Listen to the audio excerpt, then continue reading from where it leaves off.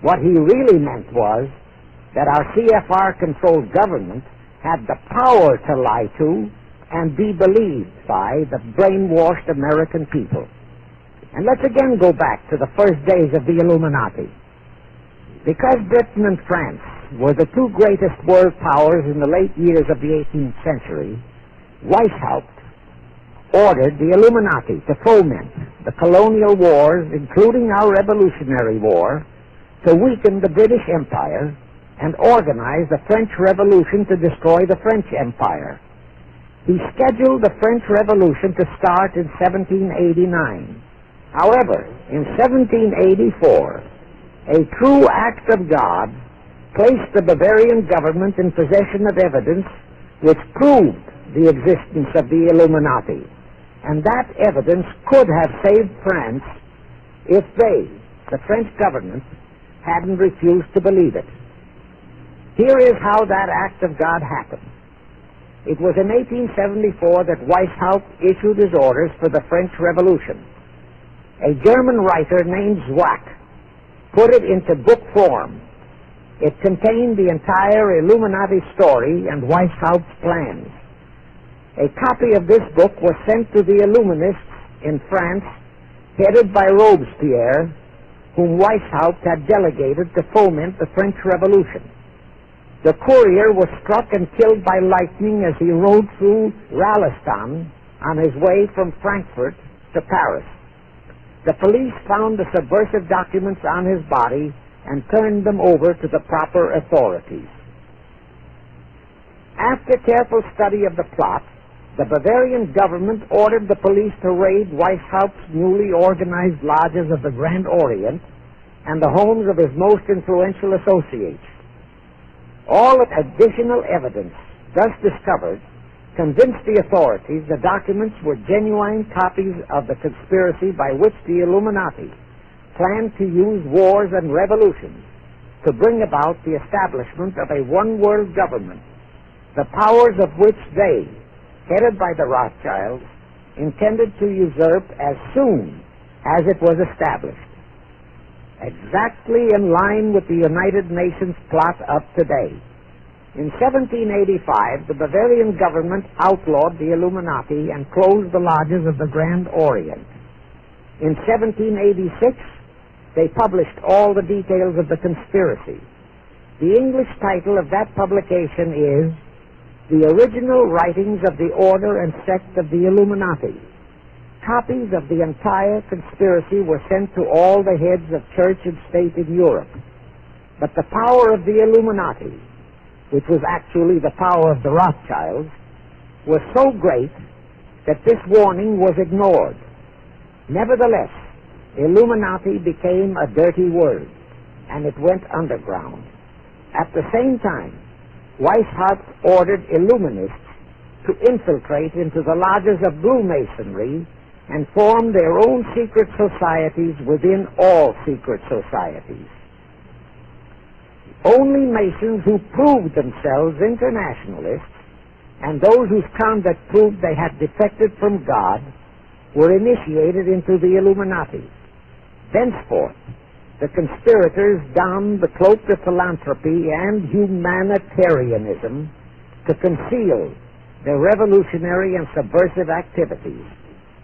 In order to infiltrate into Masonic lodges in Britain, Weishaupt invited John Robison over to Europe. Robison was a high-degree Mason in the Scottish Rite. He was a professor of natural philosophy at Edinburgh University and secretary of the Royal Society of Edinburgh. Robison did not fall for the lie that the objective of the Illuminati was to create a benevolent dictatorship, but he kept his reactions to himself so well that he was entrusted with a copy of Weishaupt's revised conspiracy for study and safekeeping.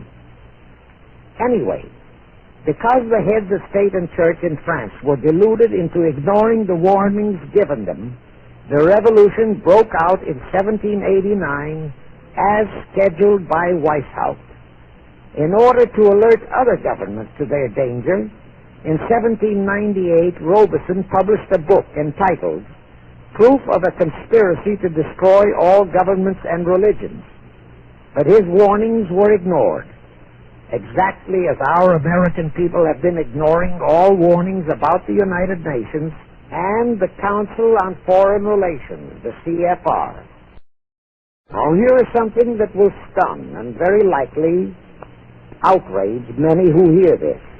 But there is documentary proof that our own Thomas Jefferson and Alexander Hamilton became students of Weishaupt's. Jefferson was one of Weishaupt's strongest defenders when he was outlawed by his government. And it was Jefferson who infiltrated the Illuminati into the then newly organized lodges of the Scottish Rite in New England. Here is the proof. In 1789, John Robeson warned all Masonic leaders in America that the Illuminati had infiltrated into their lodges. And on July 19, 1789, David Papin, president of Harvard University, issued the same warning to the graduating class and lectured them on the influence Illuminism was acquiring on American politics and religion. And to top it off, John Quincy Adams, who had organized the New England Masonic lodges, issued his warnings. He wrote 3 letters to Colonel William L. Stone, a top Mason, in which he exposed how Jefferson was using Masonic lodges for subversive, Illuministic purposes. Those 3 letters are at this very time in Wittenberg Square Library in Philadelphia. In short, Jefferson, founder of the Democratic Party, was a member of the Illuminati, which at least partly accounts for the condition of the party at this time. And through infiltrations of the Republican Party, we have exactly nothing of loyal Americanism today. That disastrous rebuff at the Congress of Vienna, created by the Tsar of Russia, did not by any means destroy the Illuminati conspiracy. It merely forced them to adopt a new strategy.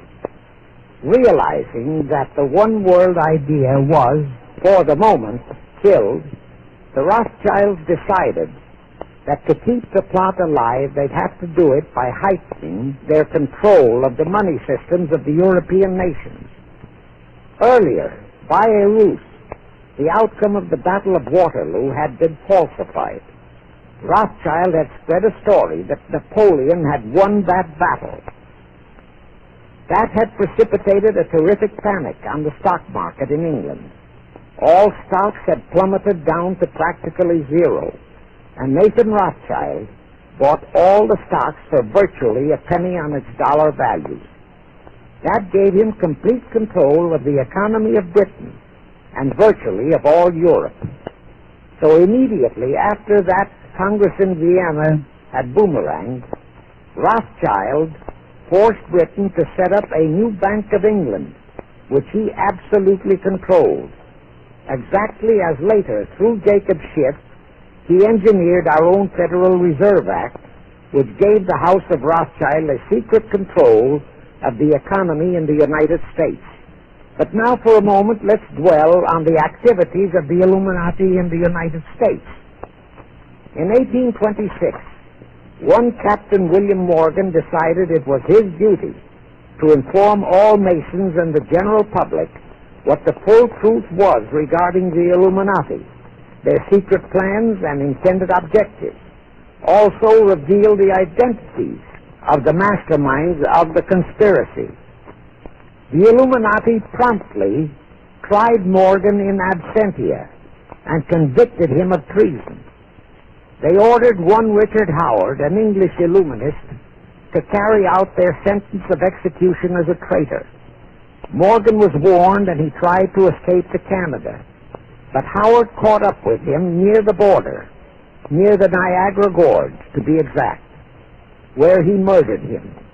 This was verified in a sworn statement made in New York by one Avery Allen to the effect that he heard Howard render his report of the execution to a meeting of Knights Templars in St. John's Hall, New York. He also told how arrangements had been made to ship Howard back to England.